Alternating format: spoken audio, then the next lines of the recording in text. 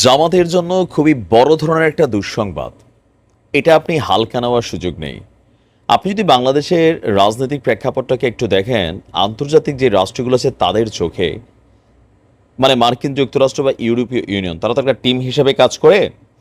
তো মার্কিনেরা দীর্ঘদিন যাবৎ আপনার বাংলাদেশের যে দায়িত্ব, একজন সুপেরিয়র অথবা গার্জিয়ান হিসেবে ভারতকে দায়িত্ব দিয়ে রেখেছে। তো ভারত সরকার বাংলাদেশে যে নির্বাচন হয়েছে গত বেশ কয়েক বছর যাবৎ বা বিভিন্ন ইস্যুতে অ্যাডভান্টেজ দিচ্ছে। ইভেন আওয়ামী লীগ সরকারের যে সরকারগুলা, সেগুলো কি আমেরিকা বৈধতা দেয় নাই? দিছে তো, সারা পৃথিবী বৈধতা দিছে, আমরা বলতেছি। কিন্তু আন্তর্জাতিক অঙ্গনে তারা কিন্তু বৈধতা নিয়েই মানে দেশ পরিচালনা করছে। এখন জামাতের ইস্যুতে বরাবরই এই পশ্চিমা রাষ্ট্রগুলো কিন্তু নেগেটিভ। মুখে মুখে কি বলছে জরুরি না। দেখেন, আওয়ামী লীগ সরকার পতনের পর ভারতের সাথে সম্পর্ক স্থাপনের জন্য সবাই লবিং করেছে, এর মধ্যে জামাতও কিন্তু লবিং করেছিল। জামাতও আপনার প্রতিবেশী হিসাবে হোক, যে কোনো কারণে হোক, ভারতের হায়ার অথরিটির সাথে একটা ভালো সম্পর্ক স্থাপনের জন্য তারা কথাবার্তা সম্ভবত বলছিল। আমি একটা নিউজও করছিলাম। তো সেইটা নিয়ে ভারত তাৎক্ষণিকভাবে কোনো রিপ্লাই না দিলেও বলেছিল যে এটা নিয়ে তারা ভবিষ্যতে জানাবে যে জামাতের ব্যাপারে ভারতের দৃষ্টিভঙ্গিটা কি।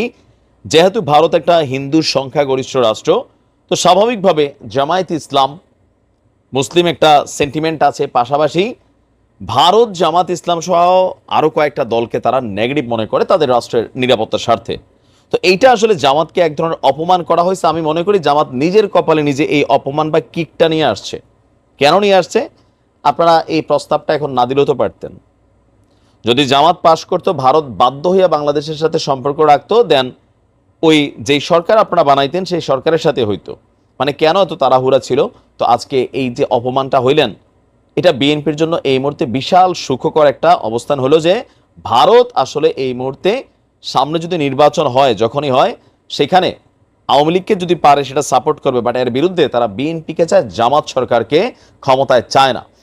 ইভেন এটা নিয়ে তারা চায় না শুধু তা না, বরঞ্চ ডক্টর ইউনূসকেও এটা নিয়ে তারা কথাবার্তা বলবে, এমন তথ্যই এখন সামনে উঠে এসেছে।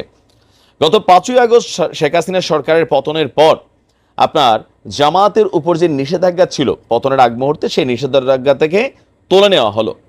তবে জামাতের উপর থেকে নিষেধাজ্ঞা তুলে নেওয়া হলেও তাদের সঙ্গে কোনো ধরনের সম্পর্ক বা তাদের সঙ্গে কোনো রকম যোগাযোগ রাখবে না বা করবে না ভারতের সরকার। দেশটির এক কর্মকর্তার সংবাদ মাধ্যম আন্তর্জাতিক গণমাধ্যম এবিপিকে লাইভকে দেওয়া এক বক্তব্যে তিনি এই তথ্য দিয়ে বলছেন, ভারতের সরকার সিদ্ধান্ত নিয়েছে জামায়াতের সঙ্গে সম্পর্ক স্থাপন না করার যে সিদ্ধান্ত নেওয়া হয়েছিল এর আগে থেকেই তারা সেটিতেই বহাল থাকবেন বা অবিচল থাকবেন। এই সিদ্ধান্ত থেকে তারা সরে আসবে না। এমনকি তারা আরো বলছে যে ভারত আশঙ্কা করছে জামায়াত ইসলামী এবং নিষিদ্ধ সংগঠন হিজবুত তাহরির খুব শীঘ্রই মূলধারার রাজনীতিতে প্রবেশ করবে। এটি ভারতের নিরাপত্তাকে হুমকিতে ফেলতে পারে।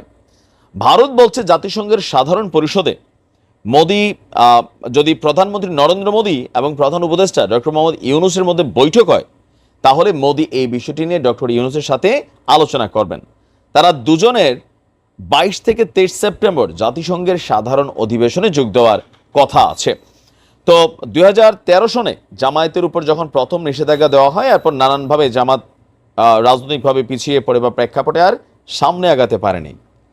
তো এখন কেন ভারত আসলে মনে করে যে, দেখেন হিজবুত তাহরি এই দলটা, আমি জানি না মাঠে নর্মালি কতটুকু অ্যাক্টিভ, বাট এই নামগুলোর মধ্যে যারা মানে অমুসলিম রাষ্ট্রগুলো আছে, আপনি দেখবেন তাদের একটা ভয় থাকে, ডর থাকে, আর এই যে একটা স্লোগান থাকে বা লেবাসটাকে তারা আসলে ভয় পায়।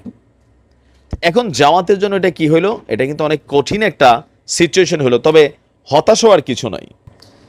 হতাশ হওয়ার কিছু না, এই কারণে বললাম, জামাত যেভাবে ইসলামিক দলগুলোকে একত্রিত করে, তাদের মধ্যে যে মতের বিভেদ আছে, লাইক হেফাজত ইসলাম, ইসলামী আন্দোলন মানে চরমনায় টিম সহ আরও অনেকগুলো দল কিন্তু তাদের মধ্যে আছেন।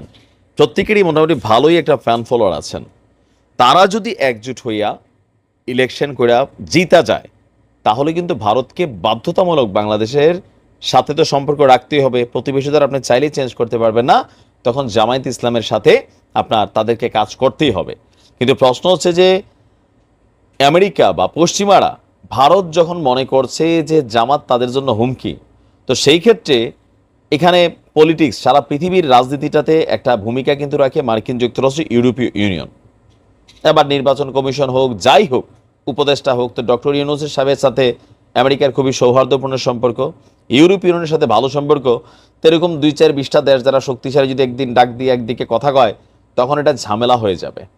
বাট ভোটের মাধ্যমে যদি জামাত পাশ করে সেটা হচ্ছে আলাদা, কিন্তু কূটনৈতিকভাবে এই চাপটা, বা ভারত চায় না একটা দলরে ডাইরেক্ট, তো সেক্ষেত্রে মার্কিন যুক্তরাষ্ট্র কি জামাতের জন্য ভারতের সাথে সম্পর্ক নষ্ট করবে?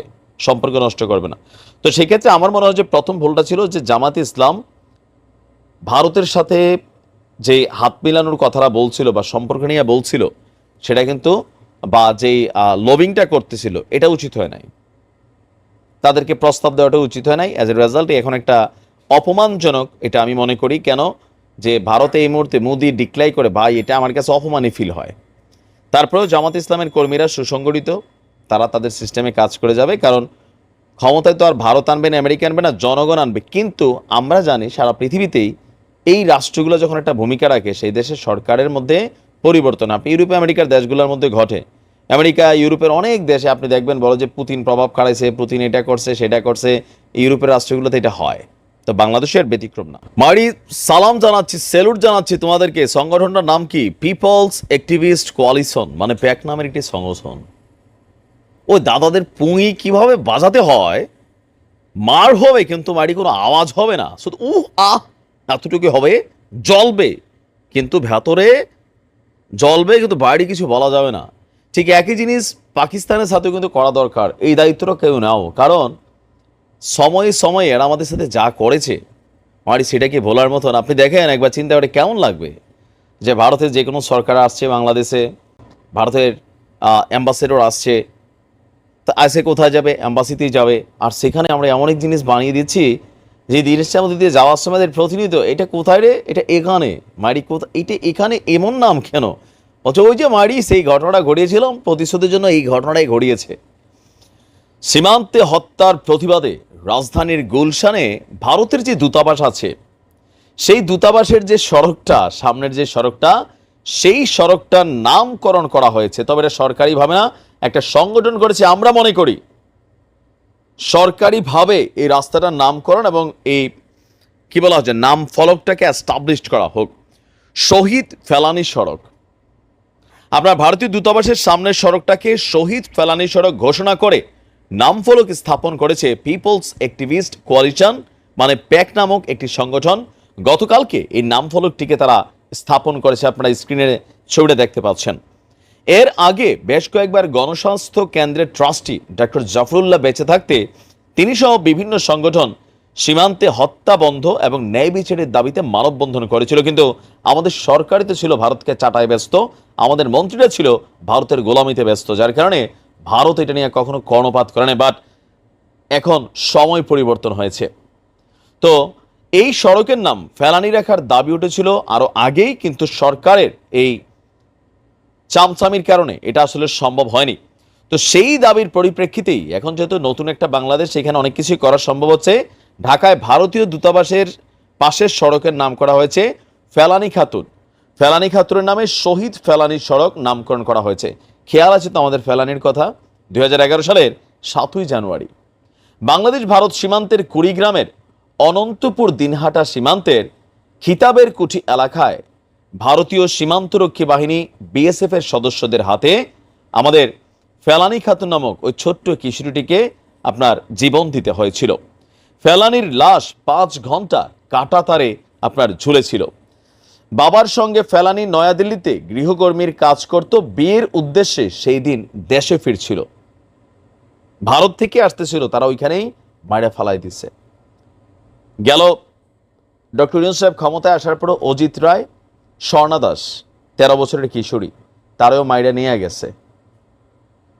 আমাদের বিজিবি গিয়ে বৈঠক টুঠক করছে, এবার কথাবার্তা ভালোই বলছে, কিন্তু এরা ফালাবে এটা আপনি নিশ্চিত থাকেন, খুব বেশি দিন লাগবে না আরেকটা নিউজ করার জন্য। তবে ভারতের নাকের ডগায় এই যে একটা জিনিস বানাইছে, এটা হচ্ছে চোখের শান্তি। তা আমি মনে করি পাকিস্তানের নাকের ডগায়ও এরকম কিছু একটা নাম ফলক বা রাস্তা তৈরি করে দেওয়া হোক। ইতিহাস যারা, তারা যেখানে কলঙ্কিত করেছে, এটা সামনে দিয়ে যাবে, মনে মনে মানে বাংলাদেশের উপর গোসা হবে, কিন্তু হাসি দিয়ে এরকম করতে হবে সাংবাদিক, হ্যালো হ্যালো মোদিজি, সব খুশ হ্যাঁ, সব খুশ হ্যাঁ, ঠিক এরকম বলতে হবে। ভিতরে জলে, ওয়াদেল কাকার বলছিল জলে, ভেতরে জলে, বাইরে জলে, জ্বালাটা চলতে হবে। তবে শুধুমাত্র এই প্রতীকী প্রতিবাদ দিয়ে কাজ হবে না, এটা এক ধরনের অ্যাকশন। সরকারকে রাষ্ট্র টু রাষ্ট্র এই জায়গাটাতে মেকশিওর করতে হবে সীমান্তে কোনো ধরনের গুলি চালানো যাবে না, প্রাণঘাতী কোনো গুলির সুযোগ নেই। এটা মেকশিওর করতে হবে রাষ্ট্রের পক্ষ থেকে। তারপর যেটা করছে এটাতে আমি সমর্থন জানাচ্ছি।